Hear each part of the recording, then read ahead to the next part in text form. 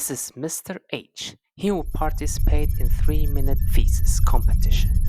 He has the best topic to pitch, a very interesting research that will solve a real life problem, a revolutionary, extraordinary, exceptional idea.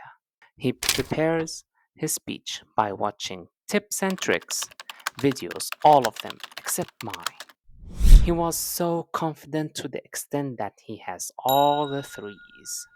3 minutes, 3 cup of coffee, 3 supportive friends, 3 time the energy, 3 time plan B, 3 more brains, 3 more chances, 3 some. I mean, 3 some more tissues for crying because long story short, he fails. And he wonder why.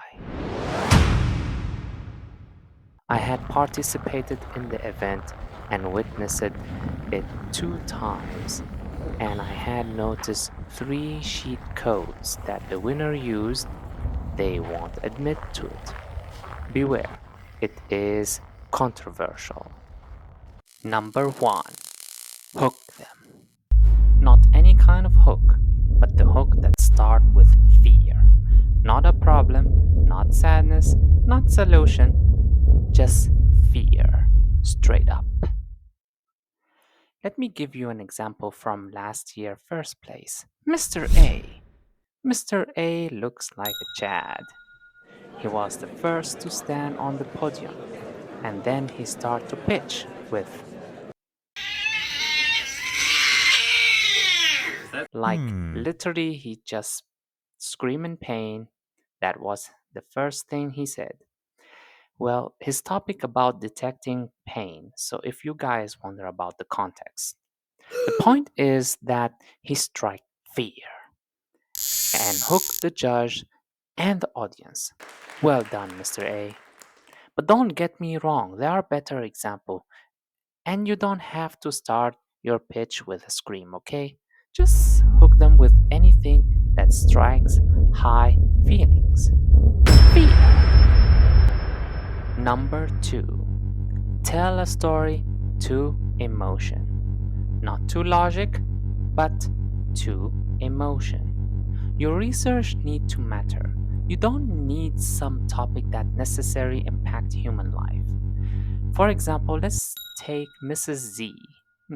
Mrs. Z wants to talk about plankton diversity, and I don't think anyone cares about her findings, but everyone cares about how she gets to her findings. I remember she said something like she had no choice but to accept this research, and she had to examine 200 ponds and to get samples of planktons just to see the zinc effect on diversity. This provokes laughter, curiosity, pity, and indirect sympathy. Good job, Mrs. Z. So, in conclusion, speak to emotion, not to logic, or you can speak to emotion justified by logic. Up to you. Number 3. Take souls. Not like David Goggins says, but what I mean is to take the souls of your competitors indirectly. This is a dirty technique that only a few will detect, but most people will call it natural. You need to take the room energy. And to be the energy taker, there is some example.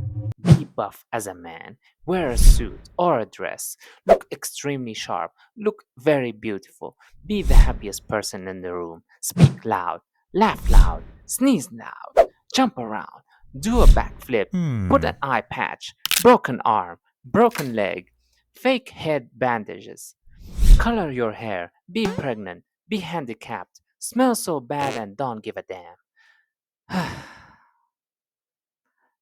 What I'm telling you all this is because you will sit down with other competitors before the pitch, and it's so easy to get intimidated or insecure. Oh, I forgot to mention how demoralizing to see one competitor kissing her BF or GF in front of my incel ass 2 years ago. In conclusion, not only do you have to take souls, but you also need to defend your mind and be aware of other soul takers. Great! You have made it this far. These are three cheat codes that I personally think it might work, and no one wants to admit it.